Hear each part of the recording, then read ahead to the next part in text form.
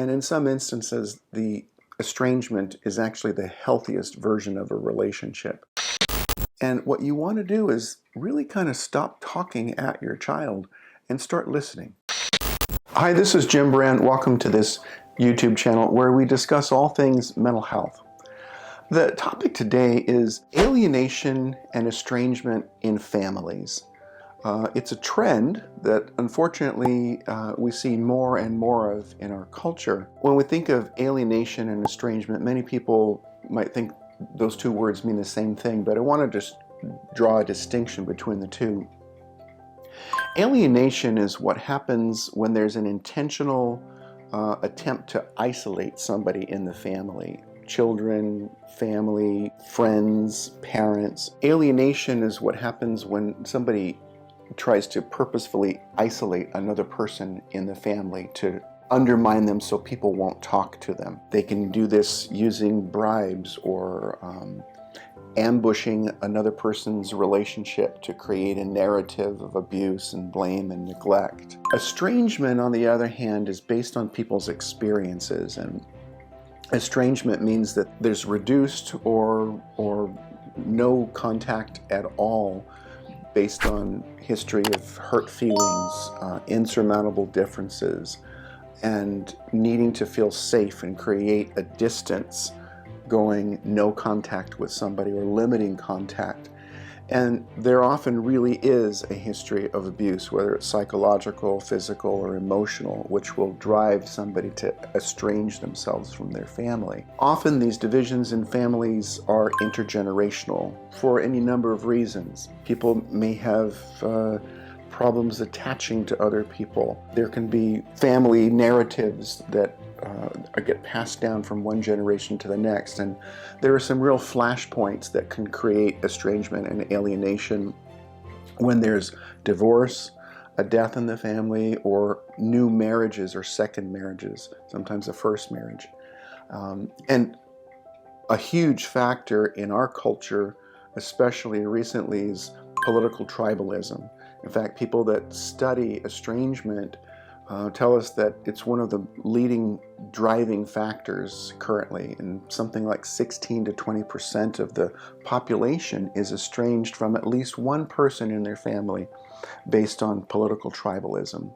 That unfortunately in our recent past has been driven by personality cults, where people will arrange their entire worldview around a specific person that they support. And we start to see elements of cult ideology. Really, it's a personality cult involving playing on people's fears and phobias, often misinformation, disinformation about the evil other, very black and white thinking. You're with us, you're against us, and to the point that if you have a different opinion than me, I have to make you evil and I have to ostracize you. In fact, political violence starts to happen. Social media, unfortunately, is a big driver of alienation and estrangement as well, because of the algorithms that drive people deeper and deeper and deeper into a specific viewpoint, sending them material that already confirms a cognitive bias that they have. And people engage on social media often with people that really have no investment in them. The people that you're getting information from that's driving you away from family and friends, those people don't even know who you are. And then there's another trend of family atomization, is a term that we use for it. Atoms are things that can be broken down into smaller particles, and then when an atom is exploded, those parts drive themselves away from each other.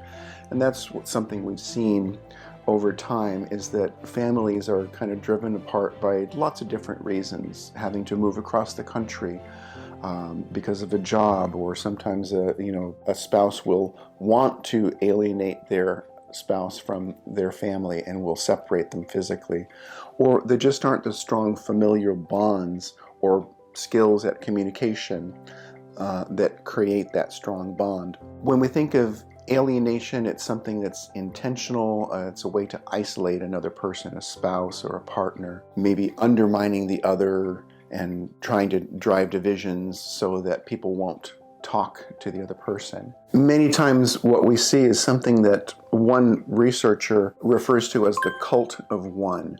This is when maybe there's been a marriage and one of the spouses comes into the marriage and has a real problem with their spouse's family. They don't like the mother, or they don't like the father, or they have some kind of maybe a political vendetta against people.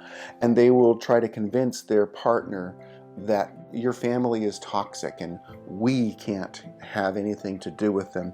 Sometimes they'll actually make their partner, their spouse, have to choose between me or them. And unfortunately, this leads to loss of connection, affection, intimacy, and even family history for the person that's been forced to disown their own family. You know, a narrative coming from a spouse could be, your family is toxic, which means I don't like them. And then this can go on for years and years and years, and people can be stymied as far as understanding the reasons for it. Now, estrangement, on the other hand, often happens because of very real reasons. There actually is abuse, or somebody is a member of a very dysfunctional family.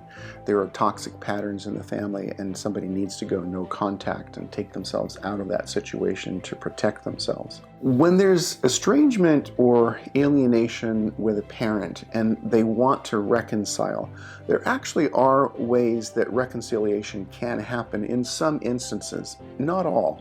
And in some instances, the estrangement is actually the healthiest version of a relationship. When a parent wants to reconcile with an estranged child, they often make some very common mistakes.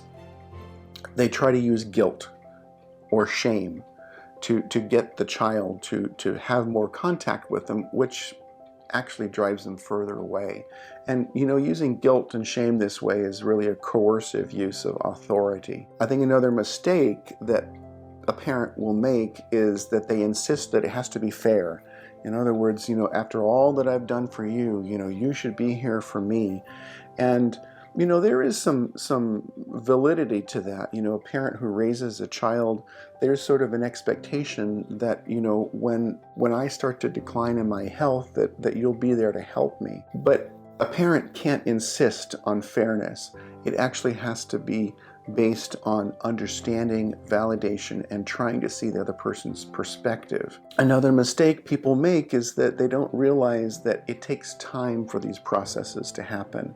You can't just snap your fingers or give somebody an apology and expect that all of a sudden everything is going to be different. And often a parent will return fire with fire. It's like, you're abandoning me, I'm going to abandon you. And you know, you're doing this to me, I'm going to do that to you. That's actually more counterproductive. Sometimes, like I say, no contact is the best thing you can do, but there are also other options to consider. And when we think of, you know, the realistic reasons that somebody might be estranged from another person in the family, often there really is severe abuse. But there are levels of abuse as well.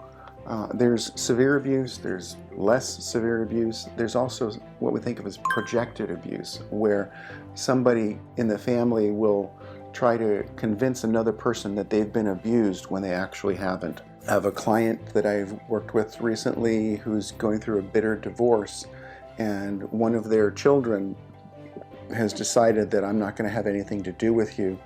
And when my client asked their young child the reasons, they said, because you've been abusive. What do you mean I've been abusive? And they'd say something like, well, remember that time we were watching that show on TV and you made a fat joke about one of the characters? That was abuse. And the parent is stymied by this. But unfortunately, that child is living with another parent that's purposefully trying to alienate the other parent. Often what happens is there are these feedback loops.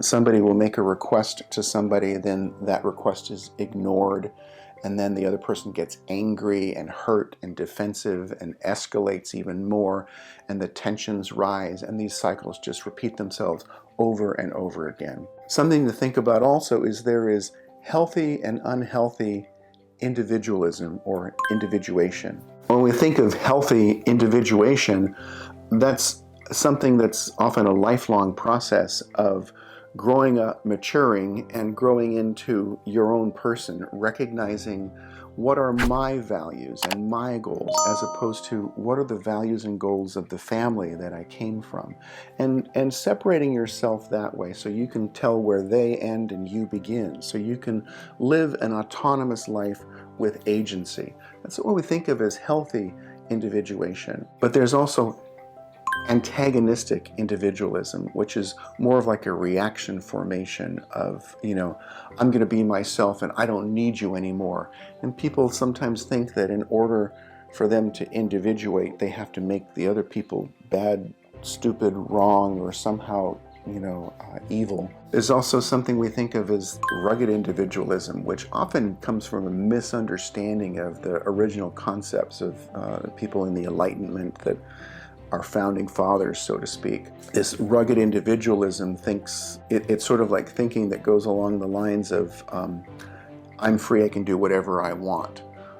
Meaning I don't have any responsibility to anybody. There's also something we think of as expressionistic individualism, where people can get to the point where they feel like, and maybe for lots of purposeful reasons, that they haven't been heard in their life, they've never really been able to express themselves, but they can shift into a stance where I'm going to express myself no matter what, and I don't care who hears it or who I hurt.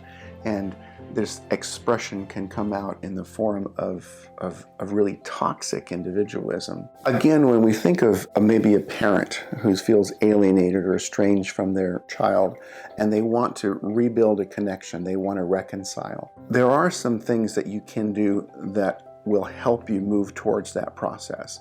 Again, it takes time. It's not going to happen overnight. But one thing a parent can do is recognize that if there's some kind of estrangement happening, there's likely good reasons for that. And what you want to do is really kind of stop talking at your child and start listening. Start opening your heart, trying to empathize and validate their perspectives. You have to drop the defensiveness, the need for it to be fair, and really just listen and maybe ask, how can I understand? This is a very difficult process because you've been hurt and you want to get your point across. And if you want to heal the relationship, what you have to do is you have to stop yelling, stop shaming, you have to stop talking and listen more. One thing that often helps move this process forward is writing an authentic and meaningful amends letter, putting into words the expression that I understand that you've been hurt by me, and I really want to understand what that is like for you, what that feels like for you, and really try to understand their perspective rather than defending yours. You have to know that you may never get all that you want, and you may never really get them to understand your perspective. But if you want to have a relationship, you have to at least try to understand theirs. And unfortunately, for many parents who feel that this isn't fair, you're the parent. You have to take the high road. If you insist on being right, at the end of the day, you can be right or you can be related. Also, for a parent to try to reconcile, or for a child to reconcile with a parent either, both of them have to have some level of self-reflective ability, some level of self-awareness, and being willing to admit faults, that you're not a perfect human being, because none of us are. In a family where somebody has mental illness, a personality disorder, often that level of self-reflection just isn't there, and reconciling isn't possible. Again, alienation is something that people do intentionally to alienate another person so that you can isolate them. Estrangement happens often for very valid and justified reasons. And when that happens, people are driven apart. It can create a lot of pain in a family system, but often there are very real and justifiable reasons for somebody to estrange themselves from a parent. I'm curious what your experiences have been in this, and I encourage you to leave comments in the comment section, start a conversation about this, and let me know what other topics you might want to hear about. And If the videos are helpful, I encourage you to like, subscribe, sign up for notifications so we can let you know when there's more material coming out. Between now and the next time we connect, take care of yourself and take care of each other. Bye-bye.